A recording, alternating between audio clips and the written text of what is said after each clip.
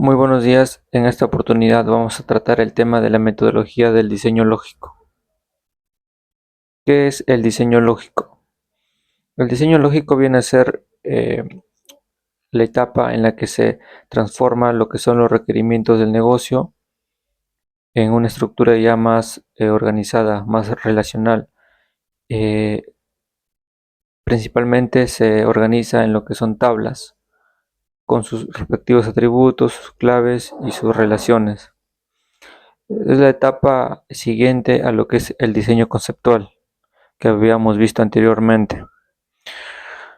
En lo que es en la empresa ITM Tractor SAC, en el proyecto del sistema que estamos desarrollando, este diseño va a permitir gestionar los productos, los proveedores, los movimientos y las existencias de una forma eficiente, de una forma ordenada, y de esta manera va a mejorar la organización de la empresa. Uno de los objetivos que tiene este diseño es que va a permitir definir una estructura de los datos, de cómo se van a organizar los datos de la empresa, ¿no? Mediante tablas, campos y relaciones. También va a garantizar la integridad y consistencia de la información que se le pueda administrar. También va a servir como base para el desarrollo y la implementación del sistema web que se está desarrollando.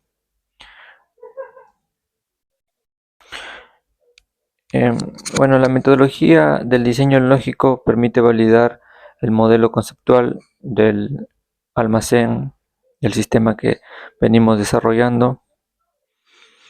También convierte lo que son las entidades y relaciones en tablas con sus respectivas claves.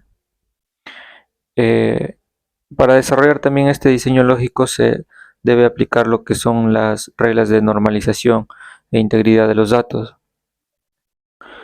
Esta metodología también va a permitir diseñar operaciones y reportes dentro del sistema.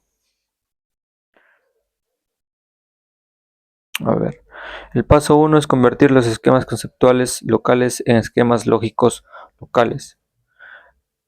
En el primer paso del diseño lógico consiste en transformar el esquema conceptual que inicialmente se viene desarrollando en todo este en todo este proceso para elaborar el sistema. Se viene desarrollando primeramente el diseño conceptual. De este diseño conceptual vamos a transformarlo a lo que es el diseño lógico, en un esquema lógico local, mapeando el modelo entidad-relación. Tenemos que identificar cuáles son las principales entidades en el modelo conceptual y llevarlo en tablas, en sus respectivas tablas y sus respectivas relaciones en el modelo relacional. Reglas de transformación. Las entidades se convierten en tablas con sus respectivas columnas. Las entidades que hemos identificado en el modelo conceptual los, eh, los convertimos en lo que son tablas, y cada columna de su tabla es su respectivo atributo. La clave primaria de cada entidad se mantiene como clave primaria de la tabla. En el diseño conceptual hemos identificado la clave primaria de cada entidad, y en el diseño lógico viene a ser la clave primaria ya, pero de la tabla que se está desarrollando como entidad.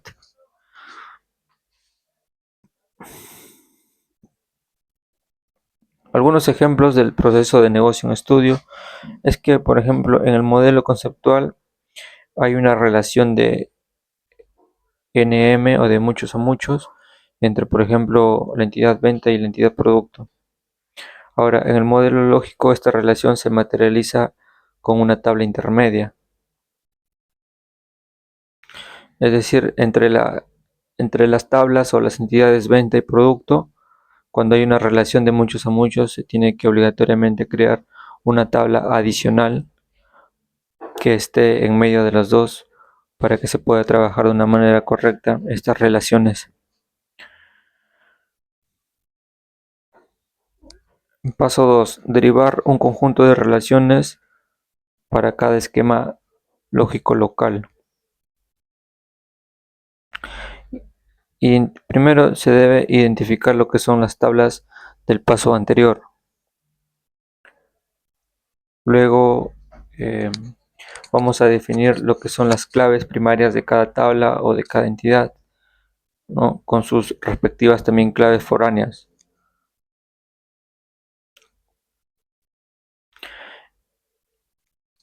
Un punto importante es que al momento de identificar lo que son los atributos de las tablas es que no debe existir redundancia o algunos datos repetitivos o repetidos para trabajar de una manera más eficiente y que no haya errores en el futuro. Ejemplos del proceso de negocio en estudio.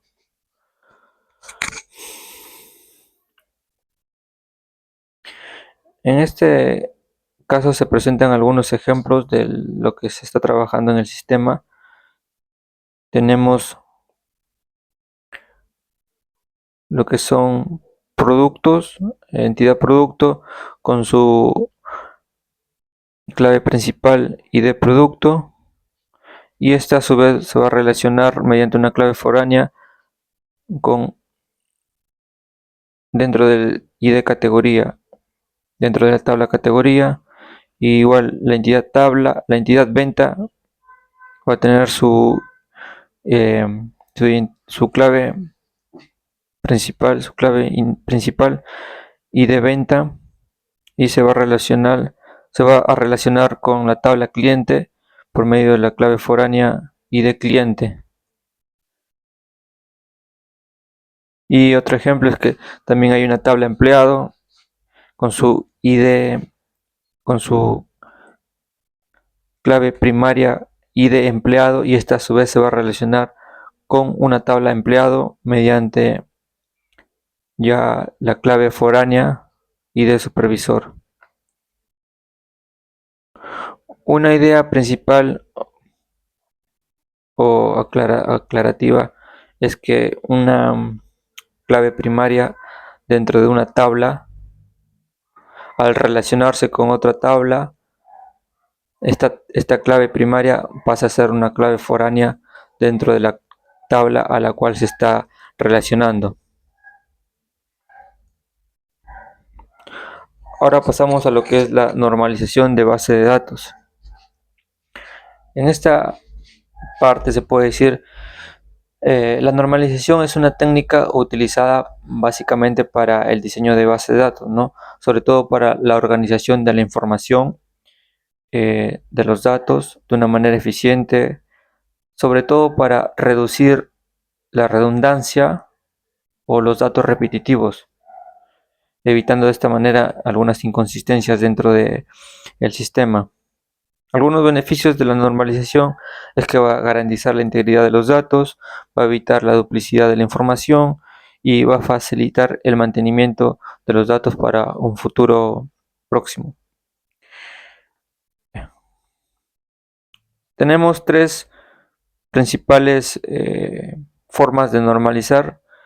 La primera es que cada campo debe contener un vínculo, un único valor, y no debe existir grupos repetitivos dentro de una misma columna.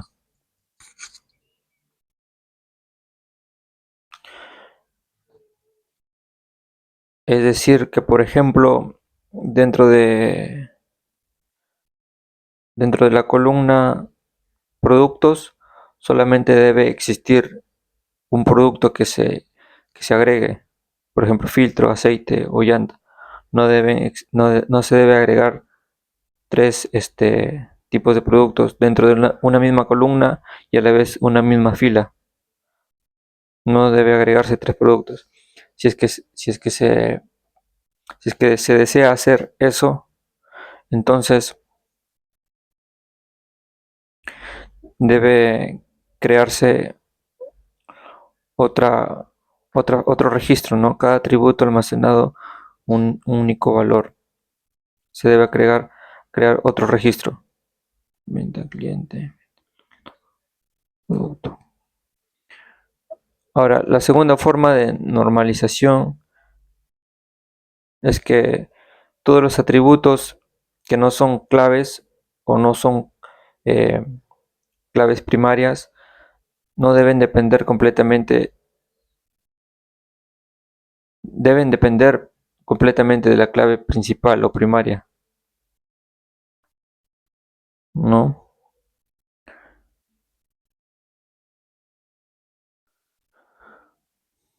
Por ejemplo, en una tabla donde se registran las ventas de algunos productos, tenemos un ID venta como clave primaria y un ID producto como clave primaria. Ahora, lo que son los precios y el nombre del producto van a depender únicamente de una clave primaria dentro de esa entidad o dentro de esa tabla.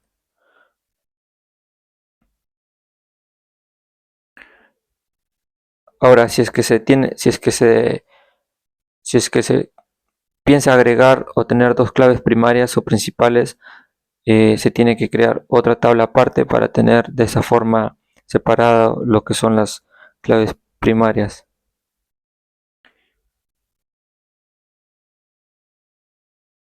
Y de esta manera se cumple la normalización, la segunda forma de normalización, que dice que cada atributo debe depender, cada atributo no clave debe depender completamente de la clave primaria o de la PK. Esa es la segunda forma. Y la tercera forma de normalización es que se tiene que evitar almacenar información que dependa de otro dato y no directamente de la clave principal. Al igual o parecido al anterior, que los datos o atributos obligatoriamente deben depender de la clave primaria, en este caso en la tercera forma de normalización, algún atributo no debe depender de otro atributo, sino que siempre debe depender de la clave principal, ¿no? Por ejemplo, tengamos dentro de una venta que se puede realizar, hay un atributo ID cliente, nombre cliente, ID distrito y nombre distrito. Ahora, dentro de esta misma tabla se maneja que nombre distrito puede depender del ID distrito también. Pero en esta misma tabla también está nombre cliente y ID cliente. Nombre cliente va a depender del ID cliente. Pero hay dos atributos que dependen de dos, se puede decir, otros atributos. En ese caso, lo que se tiene que hacer es crear otra tabla también que diga ID cliente, que sea como la clave primaria y que todos sus atributos que estén al lado dependan de ello. Y en la otra tabla se tiene que crear ID distrito y todos los atributos que estén junto a ello dependan de ese mismo ID distrito. De esta manera se evita la repetición de información, ¿no? Ahora, lo que tenemos como conclusiones es que la metodología del diseño lógico va a permitir transformar lo que son los requerimientos que se den dentro del negocio a una estructura más organizada y más detallada ya en lo que son tablas con sus respectivos atributos. Ahora, esta metodología también permite determinar lo que son las entidades, relaciones y restricciones de una manera ya más estructurada, más definida y más organizada. Otra conclusión es que la normalización es un punto importante porque de esta manera vamos a organizar los datos de una manera única. Va a mejorar la integridad y sobre todo que va a reducir la redundancia de los datos. Algunas recomendaciones es que se tiene que analizar adecuadamente, correctamente, los requisitos que se presentan antes de diseñar ya lo que son la base de datos. Y otra recomendación es que se debe aplicar lo que es las reglas de normalización, ¿no? Para mejorar la estructura de datos, porque de esta forma se va a evitar muchos errores en el futuro. Otra recomendación es que se debe probar el diseño lógico antes de su implementación para también evitar errores a futuro. Esto es todo por este video y muchas gracias por su atención.